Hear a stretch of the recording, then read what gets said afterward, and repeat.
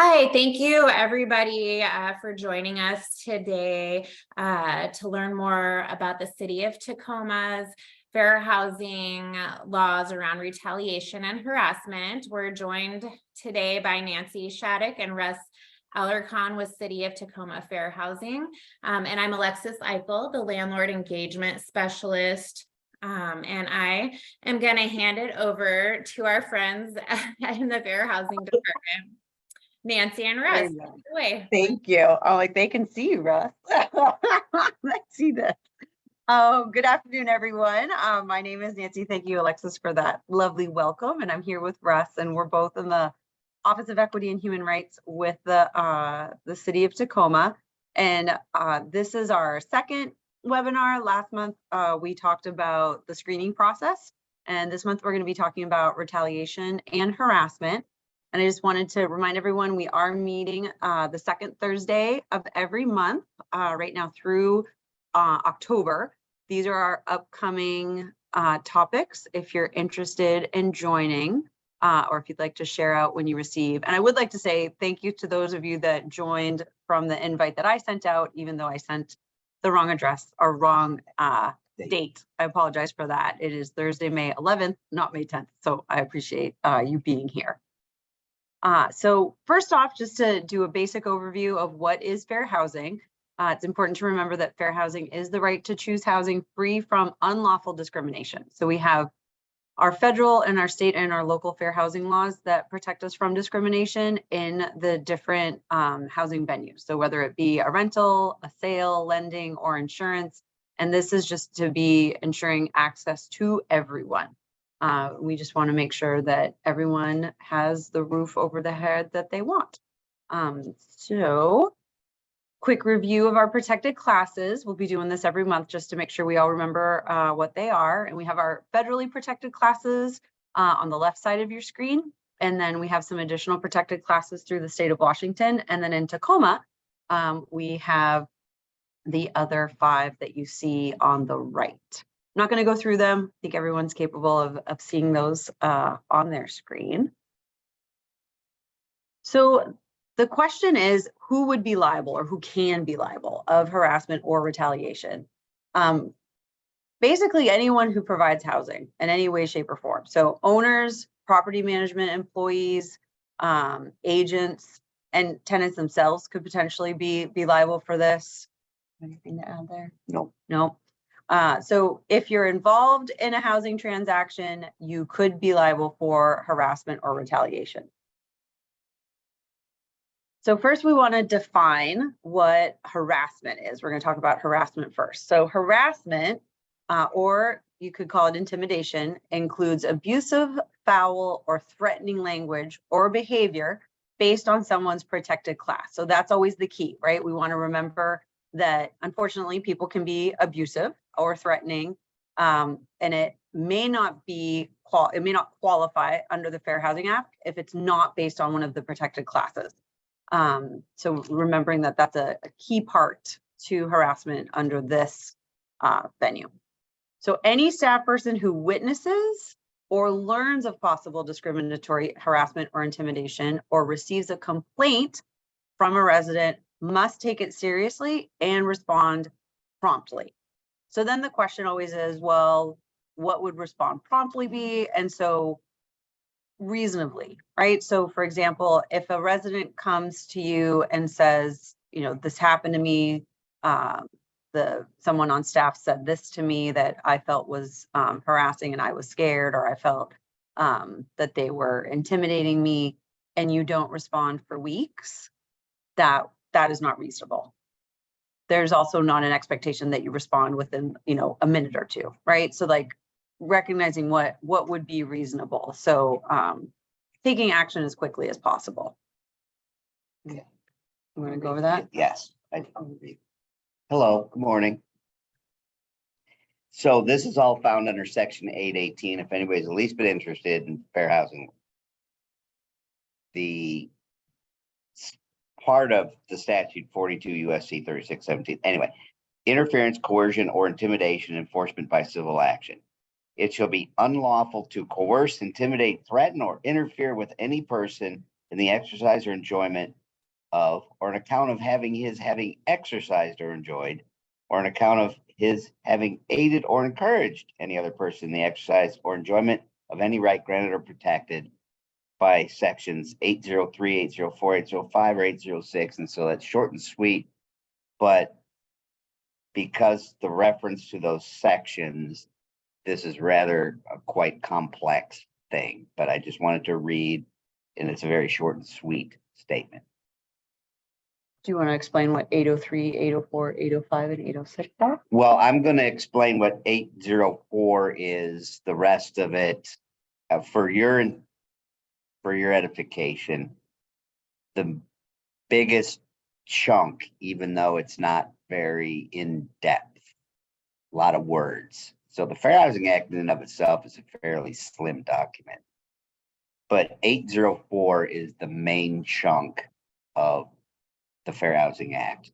And that's where 804 A, B, C, D, E, and F explains all the discriminatory issues or bases that you might have under which someone could be discriminated against.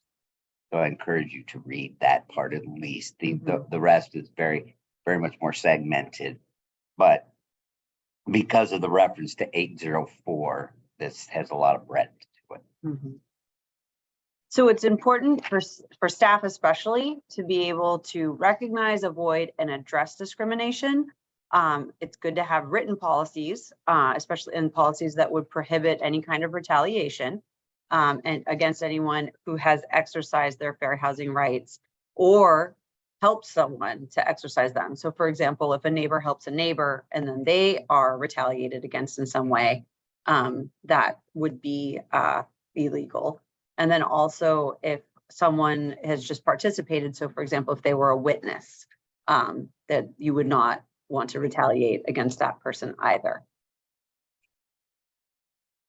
So when we think about what are the different kinds of harassment, again, it's thinking about severe or pervasive offensive remarks. So hostile behavior and based on these protected classes, right? So we listed out the federally protected classes: race, color, religion, sex, disability, familial status, or national origin. And then remember, we have those additional protected classes in Washington and Tacoma that were listed in that second or third slide. So we have some examples. These are not all inclusive. There could definitely be many, many more examples of harassment that we have had reported, but these are some that, just to give you an idea of what harassment may look like. So for example, repeatedly yelling anti-Muslim slurs at a Muslim tenant, taunting and threatening a person with a mental disability, or subjecting a person to pervasive racial epithets or defacing a person's home with racially derogatory or threatening words or images. It's unfortunate some of these things still happen, and they do get reported, and we would investigate if someone were to come forward and have information that this had happened to them. So we're going to talk about retaliation, and then at the end, we're going to have some time for questions. So if there are any questions around any of the information we're sharing. But so then retaliation is that if a complaint is filed or could be filed, and if someone is serving as a witness or is assisting someone in their complaint, they cannot be retaliated against. And it's illegal to, again, that whole threaten, coerce, intimidate, or interfere with anyone exercising their fair housing rights or assisting others who exercise that right. And so again, that idea of liability and who would be liable to potentially be accused of retaliation is anyone associated with any kind of housing transaction. Correct. Whether they're the complainant or not. So we have a couple examples. So something that could qualify for retaliation is if a resident complains to a manager that they received a 10-day notice because of their race, like they believe that they are being evicted for that. And the manager gets angry and gives them an eviction notice, right? So initially it was the 10-day, they went in to complain, and then the manager gets angry and shortens the time. Or another example would be that if a resident was a witness and a complaint investigation, and then a manager tells them, we're keeping an eye on you, or just seems like if they behave in a way that makes that person feel that they're being harassed. It doesn't always have to be verbal. There could be other things, like if they're putting notes on their vehicle when they've always parked their vehicle in a certain spot and now they're being told they're not allowed to, or just any kind of change in behavior that the complainant could say is based on, a housing complaint could be considered retaliation. So it's just really important to make sure that you follow the rules, that you are consistent, that any kind of notice is not based on someone's protected class. And the breadth of this, understand anyone that assists an individual in filing a complaint is also included. So if a resident believes they were discriminated against based on a protected class, and they ask their good friend, the neighbor, to help them draft the complaint, and the good friend neighbor receives some kind of adverse action, then that is retaliation.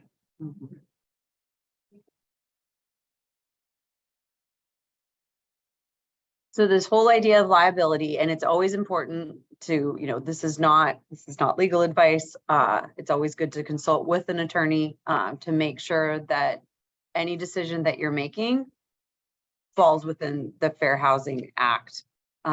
So, because for example, thinking like, does this mean you can never renew or non-renew a difficult resident? Absolutely not. And like we understand, like it's a business for anyone who's providing housing, it's a business. And so you just have to make sure that for whatever reason you're going to non-renew a resident, it has to be a legitimate, non-discriminatory reason to do so. So for example, like what would be an example of a legitimate? Non-payment of rent. There you go. So that would be a legitimate reason to not renew someone. Now, okay, so even a legitimate business reason to take an action against somebody can still be considered discriminatory if not applied evenly and equitably to all the tenants. So if you serve a tenant with an eviction notice for non-payment of rent, they haven't paid rent in a couple of months, and they happen to have assisted their neighbor in filing a complaint, versus another tenant that hasn't assisted anybody with filing a complaint, who is also 3 months behind on rent, doesn't get an eviction notice for non-payment of rent.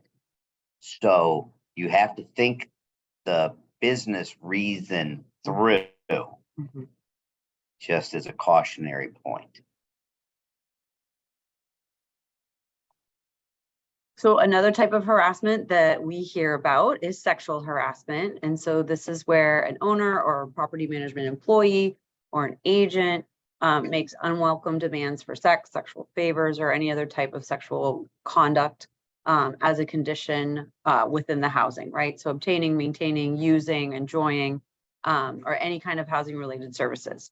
So some examples, demanding nude photos in return for approving a rental application, requesting sexual favors in return for making needed repairs. We've heard stories of folks being offered reduced rent based on sexual favors, or, again, evicting a person that refuses to have sex. And so, this is very illegal and not okay, and definitely should not be happening. And this can apply to family members. So we have an adult that feels they were discriminated against, they were sexually harassed, they themselves may not have been the recipient of the harassment, but their teenage child was. Mhm. They can still be in a position to file a complaint of discrimination for sexual harassment, Mhm. even though they weren't the direct recipient of the behavior. Mhm. Especially if it's a minor. Well, and these are things too, there's, there's the discrimination through the Fair Housing Act, and then there's also criminal activity, right? So, and knowing they are separate. And so making a police report is not the same as making a fair housing complaint, and vice versa. So that's something to make sure folks understand, that if something happens that, like if you believe you're being sexually harassed by someone, it's worth the conversation of, making a police report as well as calling into our office for a potential investigation. So some other examples of sexual harassment that we've heard about are making persistent, unwelcome, and lewd comments about a resident's body. And again, this is not gender specific. Men, women, transgender, anyone really can experience sexual harassment. So, and we in Tacoma have those additional protected classes for folks when it comes to gender identity and things. So that's something else that can come into play. So we just want to be clear that like anyone can experience this kind of harassment, would be protected under our laws. And again, at the bottom, I wrote about like this would be considered a fair housing violation and potentially a criminal complaint that could be reported to the police. And I just wanted to add that the Fair Housing Act also has a criminal component to it, Section 901. So a fair housing complaint that may be filed under sex based on sexual harassment could also have a 901 component, which is the criminal component under the Fair Housing Act. So as Nancy articulated, we could be doing a complaint based on both a criminal and civil basis.